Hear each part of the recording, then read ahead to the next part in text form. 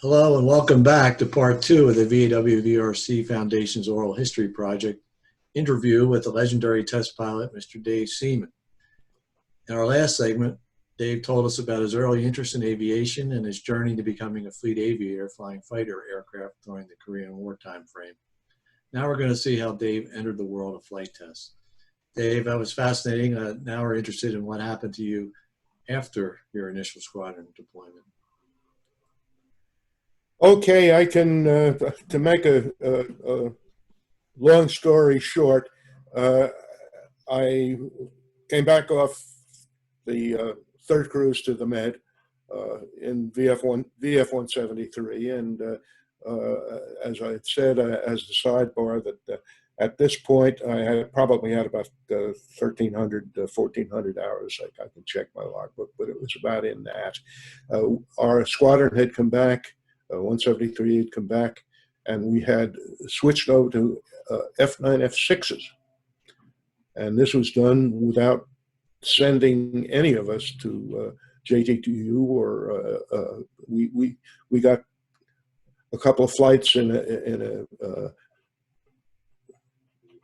Lockheed, and then off we went in the F9, F6s. I had, and I'd spoken to the guys before. At this point in time, I guess I had done a reasonable job aboard in the squadron, and I had been saved from my list of airplane accidents, which included 2 engine failures, and I had been cleared because I was not at fault for any of them. Either one of them, and I survived. So I went ahead. We went ahead, and thanks to Lee Spears, who is now our skipper, and Lee was an ex-Patuxent guy. He felt very strongly that we, the departing JGs who were going to go to instruction, as instructors going to flight training, we should get qualified in jets, because it was going to be very important in our careers that we leave an operating squadron as jet qualified. So he did that, and one of the ways he did with me was I got to pick up a brand new F9, F6 out of Norfolk, and so I got a nice long cross country under my belt, and things worked out well, and I got something in the order of 11 or 12 hours of jet time.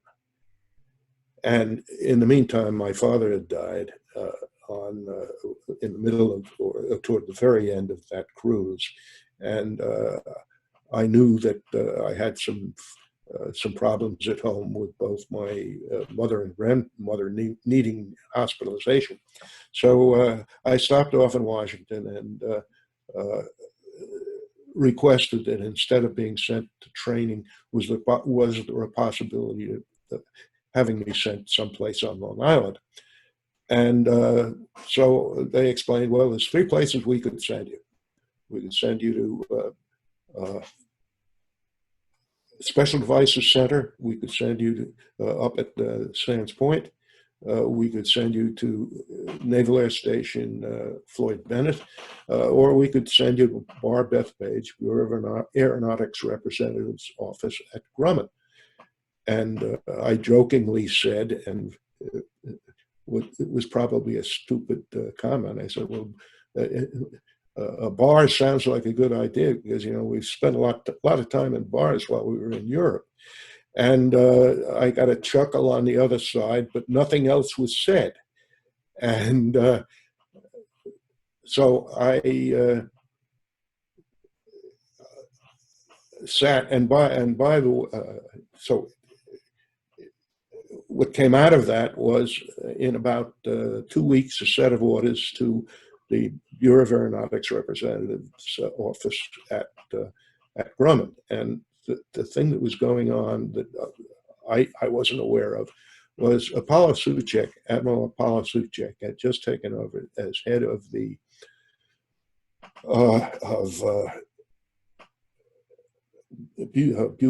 not Beware at the time. And we were having problems, or the Navy was having problems, matching completed aircraft at contractors, particularly Grumman and Transport, and engine manufacturers who had to do reparations on engine changes to the jet engines, J40. In our case, it was J42s, not yet J48s. But the airplanes were sitting on the line. And when I reported to Bar Beth Base, there must have been 30 F9s sitting out on the tarmac or out in the grass, because they didn't have that much room at the Bethpage field. And they were waiting for engines to show up. And Admiral Suchek, because he had lost a couple of delivery airplanes where delivery pilots were taking airplanes that had been sitting on fields, either Transport's or ours, for a period of time, said those airplanes must be flown by a Navy pilot prior to their going to squadrons, which in effect says you've got to do another acceptance check on the airplane before it was delivered to the fleet. And it made sense. So I showed up, and I don't think anybody looked that carefully at how much time I had in F9s. But because I had elected to, hey, I'd like to fly an AF, and I got the permission to fly an AF.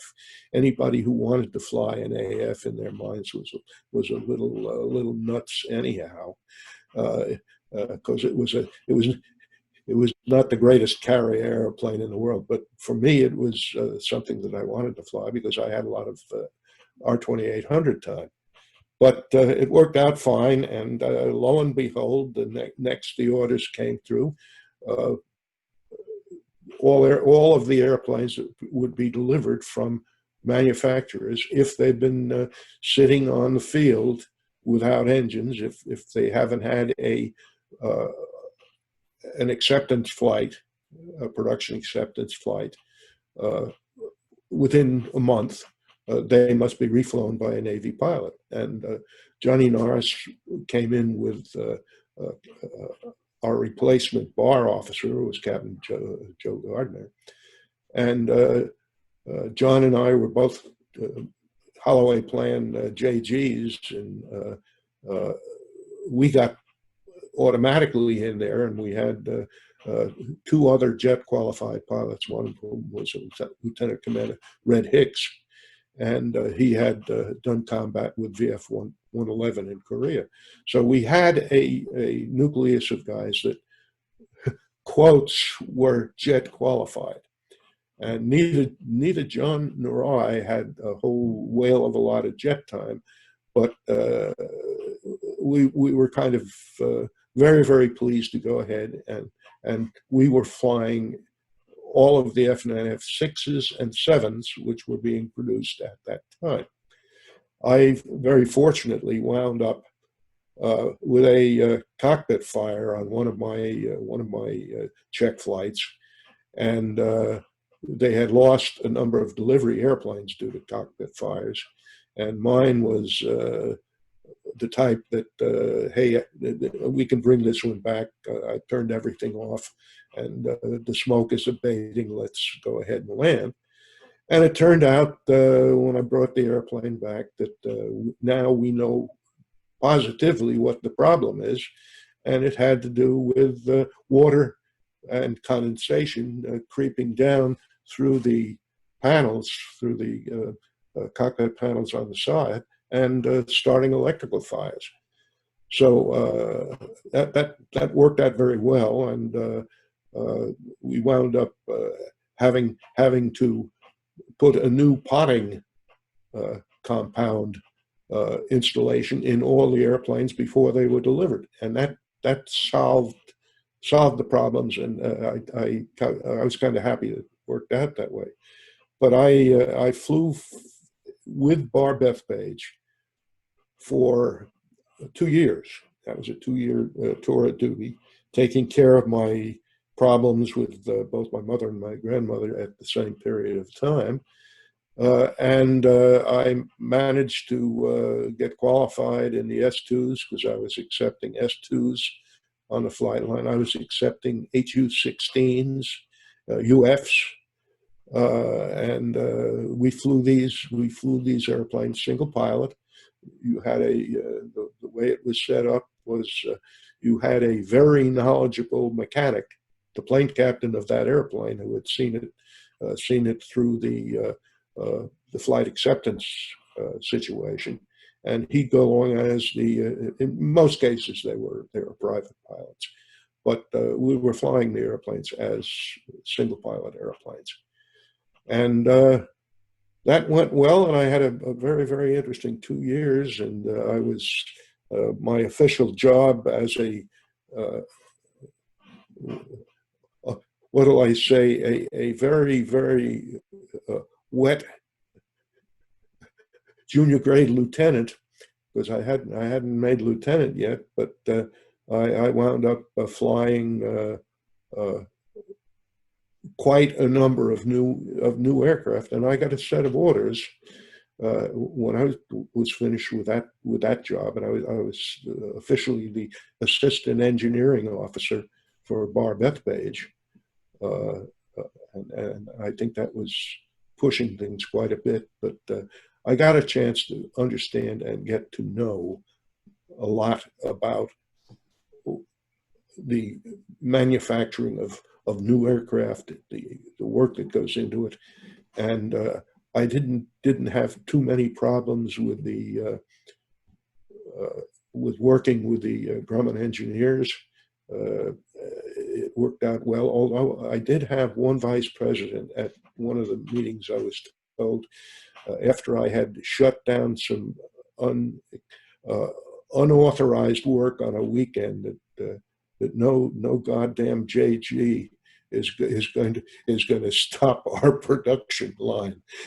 But as it turned out, I had. But they kind of got to know me, and I got a set of orders out of that 2 years, which was that was my formative period of time in engineering associated work, and got orders to the Forrestal and as a CIC officer. Now, of course, that said that I'd best get to CIC school, because they wanted me to, because I think it was because I had the pilot end of the night fighter world, that it would be a good, and had also done some work with the S2s, that I might have had a little mind for electronics, and so I went out to CIC school and then reported to the ship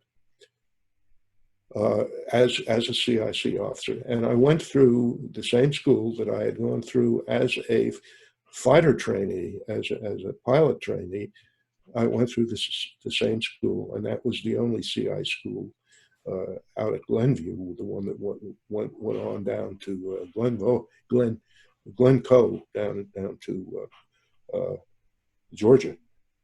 But at any rate, I had both sides of that school. What time frame are we in now, Dave? What year? The time frame we're in right now is 55. 54, because I was married in 54, and this would have been 55, and I go through Glenview and then go down and pick up the Forrestal at Norfolk. So was this the commissioning of the Forrestal? This was commissioning of the Forrestal. As a matter of fact, it turned out I had worked a little bit while I was on the cruises, to the Med on the FDR, and I stood ship's watches. I didn't want to stand too many boat watches, and as I think it still goes on, the JOs get the boat watches. If you want to put in a little extra time, you get to get checked out as a JOD, and that I did, and then I had the opportunity to go ahead and get checked out as an OD in port, and I was standing bridge watches underway because I felt, hey, this is going to be my career, and this is the thing I ought to do. But went down, and I stood the first watch after commissioning as the OOD, as everybody got off the ship when the ship was commissioned. So it was a very interesting situation for me as a kid. By this time, of course, I'm a lieutenant, and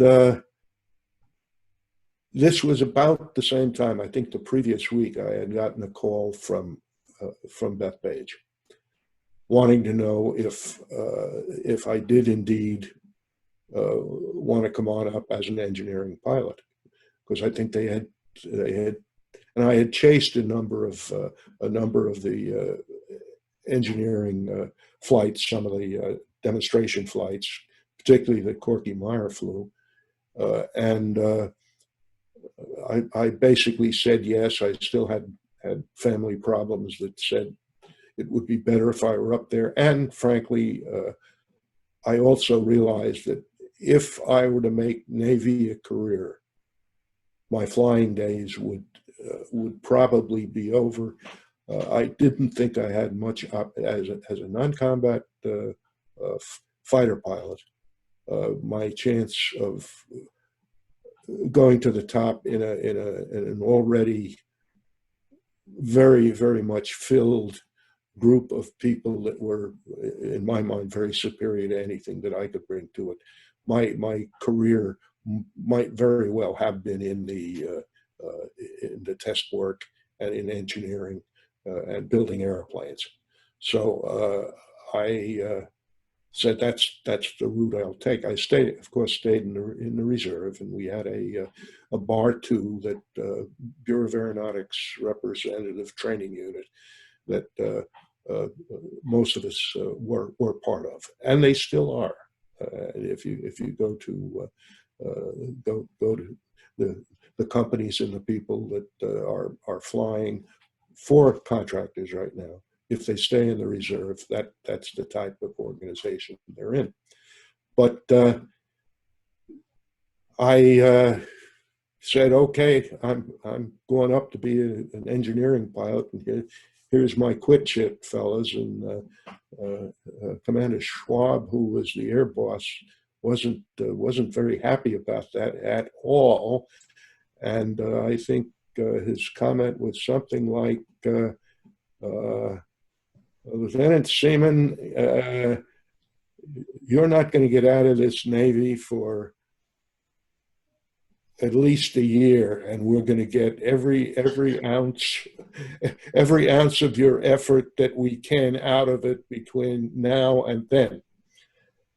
So I went back and said, well, let's see what happens. Well, what he didn't know was the typical thing that happens.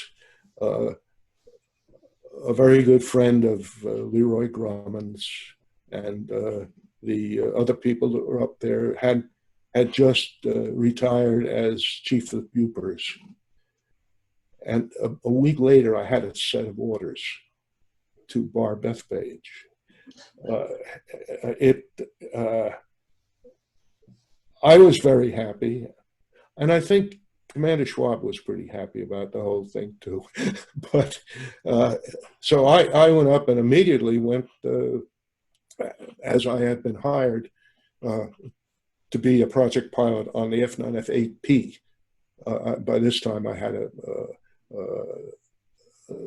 a number of hours in the F9 series, and particularly the F9F8s.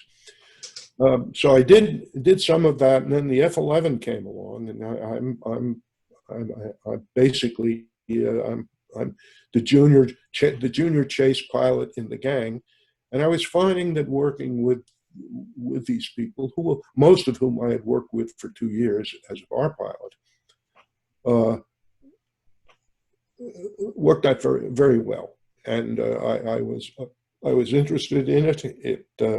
I felt that there was an excellence that I could see around me, and I greatly enjoyed it. Now, I wound up, because I had chased Corky on the F-11, on the initial spins on the short-nosed F-11.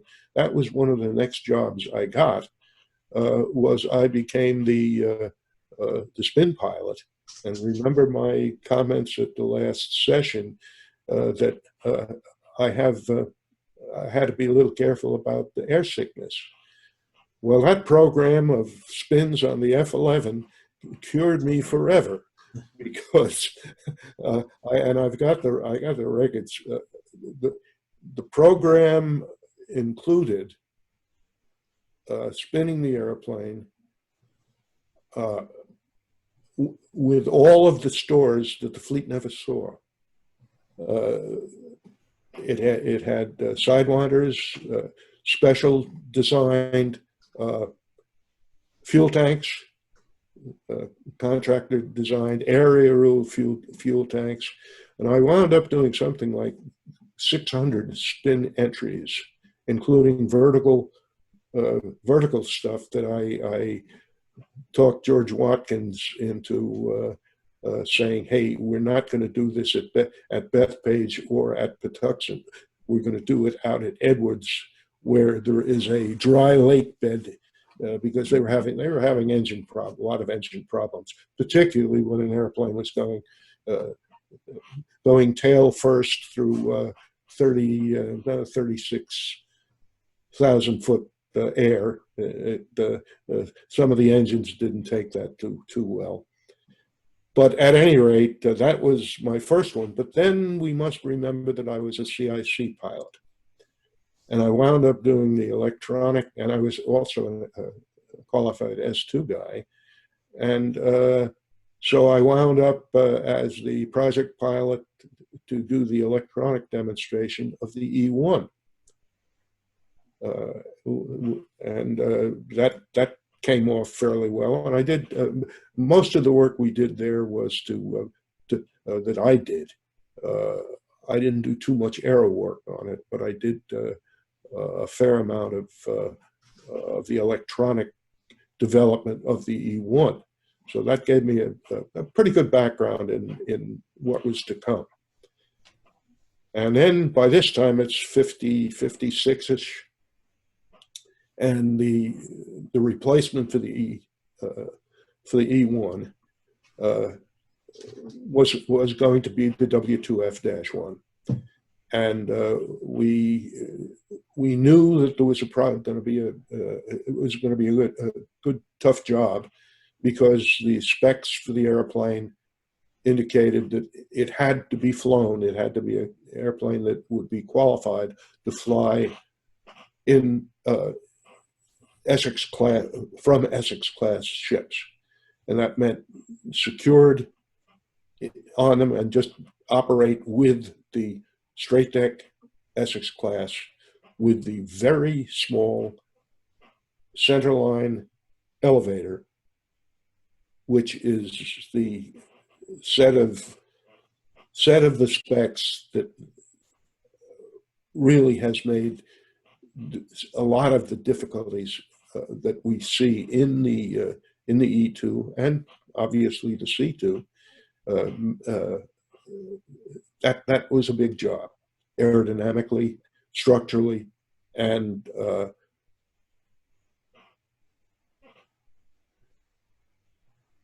I would like, and also flying qualities. The flying qualities of the E2, and I spent an awful lot of time trying to clear up stall recovery, stall situations, and the whole ability of the design to meet flying quality specs as they were written at that time, and certainly as they are in effect today. So that for me probably has been the biggest job, one of the biggest jobs that I've had since I was assigned. And we had 4 pilots that were working with engineering to go ahead and see what we could come up with. And Dave, if I may, this is a perfect time, I think, for us to take a break, because now you're getting into the area that the VAW and VRC folks are going to be fascinated to hear. But I am glad that you brought up the centerline elevator on the Essex class. We're going to revisit that when we get back together here in a little while. Okay, fine. Thanks, Dave. Great, fascinating stuff. I can't wait to hear the next portion. So we'll be back in a little while to continue our discussion with legendary test pilot. No, please be careful with the legendary. You know, there are a lot of legends out there that you really wouldn't want to be associated with. So be careful, please. All right.